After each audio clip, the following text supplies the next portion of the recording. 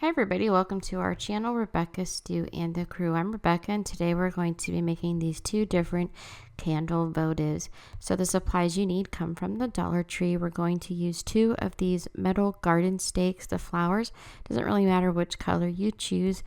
We're going to take the paint off. You're going to need two of the tea light candles, some of the Dollar Tree mirrors, one of their mason jar votives with the tea light candle holder in it, some acetone, as well as some cotton pads, and then you'll need some paint. I'm going to use white paint, some black apple barrel paint, and gray. I'm also going to use some paint brushes and some Fix-All adhesive. You'll also use some hot glue if you wish. You don't have to. Optional items are an old bowl or a container and some spray paint. So let's get crafty. So the first thing I did was took my 100% acetone from the Dollar Tree, put it on these cotton pads, and then just started to rub off the paint on these flower petals. Now you do want to lift the flower petals up so you can get underneath of them, so you can get all of the paint off. Because of the way we're going to put these on our votives, we want to make sure we get all the paint off. Another option is just to pour the acetone into an old bowl or a container. So let it sit for a minute. As you can see, it starts to crinkle up like this, and it's just ready to come off. Now there is a powder coat underneath of this paint, which is really hard to get off, but you can actually get this to strip all the way down to bare metal. I didn't need to do that because I was just going to paint back over it, but the regular paint doesn't really want to stick really well because of the glossy finish on these flower petals. That's why I'm taking the paint off. You can also choose just to spray paint these.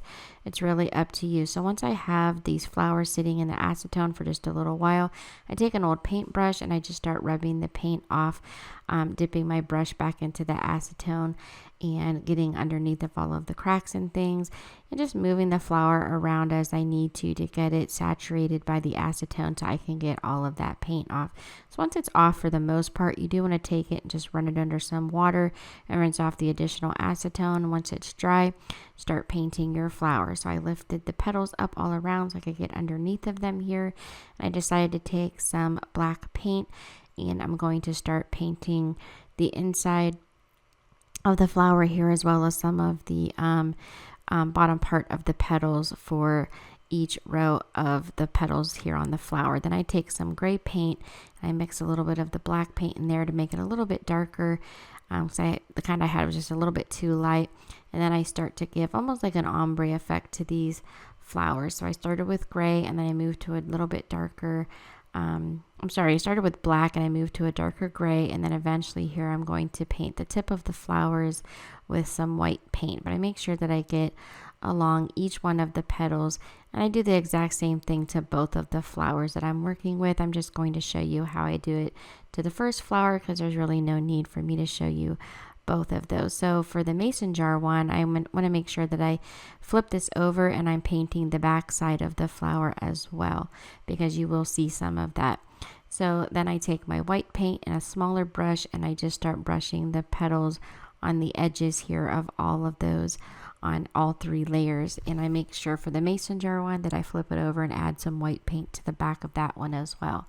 The other one that doesn't have the mason jar on it, we don't need to paint the back because you're not going to see it as long as you curl those petals up enough so that you won't see those. So once I have all that white paint on, I went ahead and worked on my second one, and I did set this aside to dry. Once that's dry, I took some Fix-All adhesive. You can use some hot glue here too as well. I just used the Fix-All adhesive and saturate the bottom of the jar fairly well, and then go ahead and stick that jar down onto those petals and flip it over. So now I'm going to take my petals and just start bending them upwards towards the jar. I didn't use any additional glue here, but one thing I do want to point out is it does move around at first until it starts to dry. You want to flip that jar back over and take that top layer of petals. As you can see here, I lifted them away from the whole thing to make sort of like a base so that it'll sit flat. If you don't do this, it rocks too much, so you want to make sure those petals are flat. Then go ahead and add your Fix-All adhesive to these petals here, and then we're going to use some hot glue as well if you like. I didn't, again, and then we're just going to put that right on the center of that mirror. And the jar is heavy enough to help hold it down while it dries, and I let those dry overnight. Now for the second one, I just took those flower petals, I peeled them up away from each other and had a nice space between those and curled them so that they'll sit properly. And then I did bend the little ends over of the bottom layer so that they have a flat edge. I put a little bit of the Fix-All adhesive on each one of those, and I did check to make sure it was going to sit flat before I glued it down and added the glue there. So make sure you do that, of course, and then just center that onto my glass mirror and glue that down. I just kind of pushed it down into place, and it started to stick actually fairly well there, and then I just let it sit overnight to dry. So I just put my tea light candle right in the center of that one, and then I decided to go ahead and pull those leaves off of those flower stakes and paint those black with a little bit of white accent marks, and then glue those to the sides of each of the flowers here. I just helped add a little bit of extra detail to the sides of those little candle votives, and I thought that it looked really cute with them hanging over the sides there. Now you can put a clear coat over these or touch them up with some Mod Podge to give it a shine. I just like them the way that they were. I really love how they turned out. We actually had a birthday party yesterday, and I made these earlier in the week, so I was able to help add these to the decorations that we had because it matched perfectly for my daughter's birthday. So we actually put these out on the table, and they were a really cute addition to our decorations. I just love how these turned out. They're really fun, easy decoration to do with those little flowers there from the Dollar Tree. I hope you like them too. Thank you so much for watching. Please subscribe if you haven't done so already. Don't forget to like and share this video, and here are some other videos from our channel you might also enjoy. Have a great night.